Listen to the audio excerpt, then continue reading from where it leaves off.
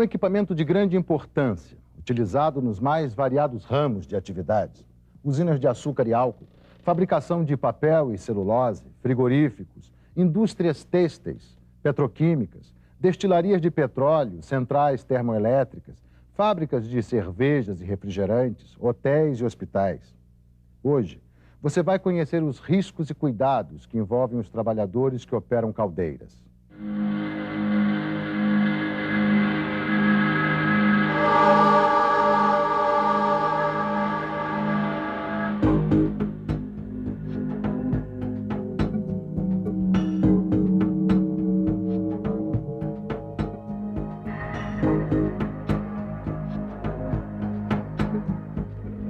As caldeiras são usadas há séculos. Os primeiros navios e as locomotivas eram movidos a vapor. Algumas, como a de recuperação de álcalis, utilizadas na indústria de papel e celulose, chegam a atingir 30 metros de altura e produzem, sob pressões elevadas, centenas de toneladas de vapor por hora. Os profissionais que trabalham com caldeiras precisam de treinamento específico. A utilização do equipamento de proteção individual e a constante manutenção dos equipamentos são fundamentais para a prevenção de acidentes. As empresas mais modernas já possuem um sistema de controle automatizado. Algumas caldeiras chegam a funcionar durante 24 horas, divididas em 3 períodos. Cada turno funciona com apenas um operador. Eu faço a parte de operação dela, cuido da limpeza de filtros, verifico como é que está a queima da caldeira, se está queimando bem, se está tendo algum problema. Faço a dosagem de produto químico na água da caldeira para fazer o tratamento dela. Você tem acesso ao manual técnico e às inspeções que são realizadas aqui? Tenho, a gente tem que estar atualizado sobre isso, tem que saber as condições da caldeira, porque a caldeira é muito perigosa, né? Pode haver explosão, essas coisas. Caldeiras eu tenho uma experiência de 6 anos, acompanhamento e operação. Você teve algum treinamento antes de começar a trabalhar com caldeiras? Nós tivemos, como todos os operadores em si, a gente tem o treinamento técnico, inclusive que é exigido pela própria norma para se trabalhar na área de caldeiras, NR13. Essas caldeiras são todas automáticas, com sistemas de segurança para sobrepressão, nível, e antigamente não existia esse controle, era feito tudo manualmente, então estava na mão de um operador somente. Hoje não, a gente já trabalha com bastante segurança e até hoje não tivemos nenhum problema nesse sentido. Apesar de algumas indústrias serem automatizadas, no Brasil ainda existem muitas empresas em que o operador está diretamente exposto ao risco. Um dos principais é a explosão. Quais são os aparelhos mais importantes que têm que ser observados constantemente para que não haja um acidente? Primeiramente, nós temos que ter, funcionando perfeitamente, bem calibrado, o manômetro, que vai nos mostrar a pressão de trabalho, e depois nós vamos ter que fazer, temos que fazer diariamente também a correção, por exemplo, verificar pressostatos, que desligam os combustores, pressostatos que faz o bloqueio geral da caldeira, no caso do excesso de pressão. Já viu alguma explosão ou algum incêndio, algum problema acontecer? Aqui mesmo, né? Já teve explosão, né, na caldeira, né? E foi bem difícil, né? Já teve aqui. Teve vítima? Não. Graças a Deus, felizmente não teve vítima. E por que a caldeira explodiu? Bom, a primeira foi na partida da caldeira, né? Houve um problema de coisa e na partida houve uma explosão, tá? E a segunda foi, acho que foi em Campanha. Ela também houve uma explosão também, né? Mas aí foi o problema operacional. Podemos ter explosões na parte do gás, na parte de alimentação do combustível e explosões na parte da água, tá? Você pode ver aqui nos queimadores, tá? Os queimadores da caldeira, ele permite a queima com óleo combustível e com gás natural. Esse painel que nós vimos aqui é um painel de acendimento e de segurança da caldeira. Ou seja, essas caldeiras, elas são compostas de detetores de chama. Existem detetores de chama. Em caso de falha de chama, ou seja, se um maçarico desse apagar, automaticamente esse painel de segurança corta o gás, tá? Ou seja, toda vez que houver um desses maçaricos apagarem, você tem que cortar o combustível para evitar exatamente a explosão de combustível dentro da câmara. Ou seja, você tem muito combustível dentro da câmara de uma vez e você não tem chama. Quando você tem a chama, ocorre uma explosão.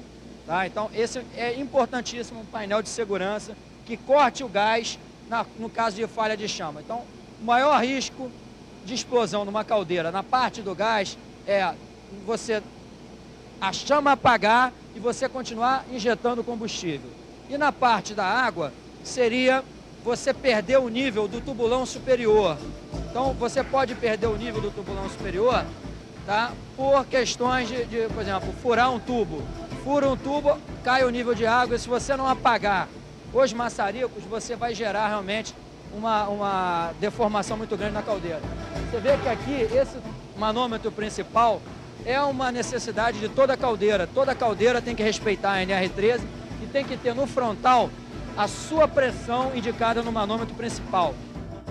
Para evitar estes riscos, o governo, em parceria com o sindicato e os representantes de empresas, concluíram em 1994 uma importante revisão da NR13, a norma regulamentadora que trata do assunto. Depois de uma série de reuniões, a revisão da NR13 foi oficializada por uma portaria do mesmo ano, publicada no Diário Oficial da União. A revisão da NR13 resultou em uma das melhores normas regulamentadoras já editadas em nosso país. Tanto é que inspirou a Fundacentro a publicar o Manual Técnico de Caldeiras e Vasos de Pressão, onde a norma é comentada item por item. Levou também a Secretaria de Segurança e Saúde no Trabalho a editar a Portaria número 393, conhecida também como NR0, de 9 de abril de 1996. Esta portaria estabeleceu os procedimentos para a realização da revisão de normas regulamentadoras do Ministério do Trabalho.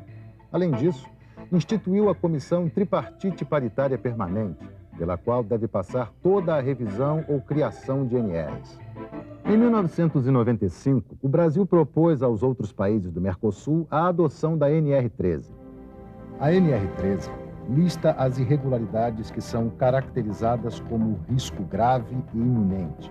Entre elas, podemos citar falta de válvula de segurança, falta do manômetro, uso de artifícios que neutralizem sistemas de controle e segurança, em locais confinados, não dispor de saídas em direção distintas, amplas e desobstruídas. Acesso fácil e seguro para as atividades de manutenção, operação e inspeção. Ventilação, iluminação conforme normas oficiais e sistema de iluminação de emergência.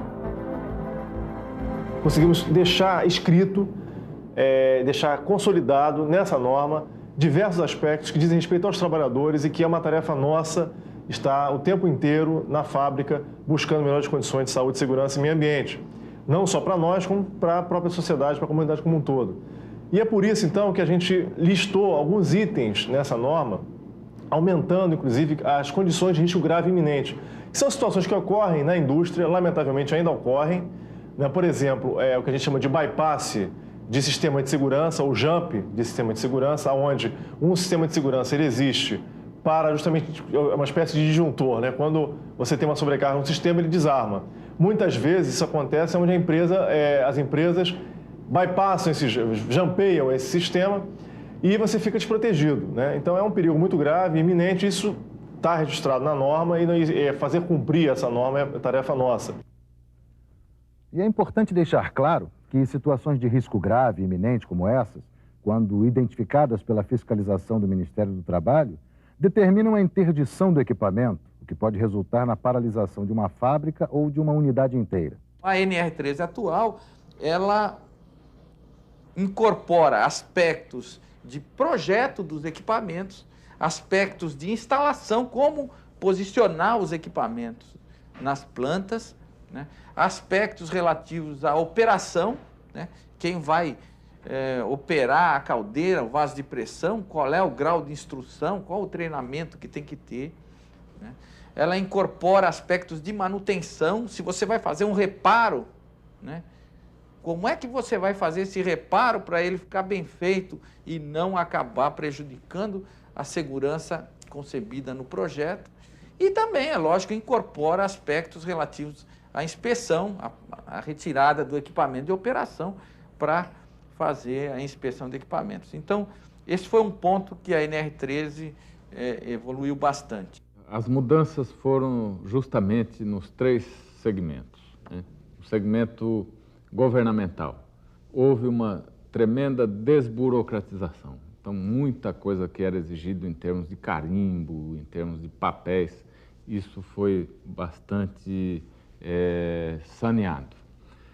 Do ponto de vista da participação do trabalhador, houve um avanço significativo, de 2 formas. O trabalhador na empresa, ele tem acesso a toda a documentação da caldeira, aos projetos, ele tem acesso aos manuais de operação, a toda a documentação, tudo o que acontece com o equipamento, caldeira ou vaso de pressão, o trabalhador tem acesso. E ainda, tudo aquilo que se determinou dentro dessa norma foi feito com a participação dos sindicatos de trabalhadores, das centrais sindicais, ou seja, hoje a norma tem uma transparência total. Sob o ponto de vista das empresas, essa norma também teve um avanço significativo porque ela se desenvolveu de uma forma muito mais técnica. Então, os prazos para se fazer a paralisação do equipamento, para fazer uma inspeção, esses prazos eles variam de acordo com o equipamento, de acordo com o risco e de acordo com o tipo de atenção que a empresa pode ter sobre aquele equipamento. Como você viu, trabalhar em segurança é um benefício para as empresas, para o governo e principalmente para o profissional. Portanto, não deixe de atuar dentro das normas, nem de exigir que elas sejam cumpridas.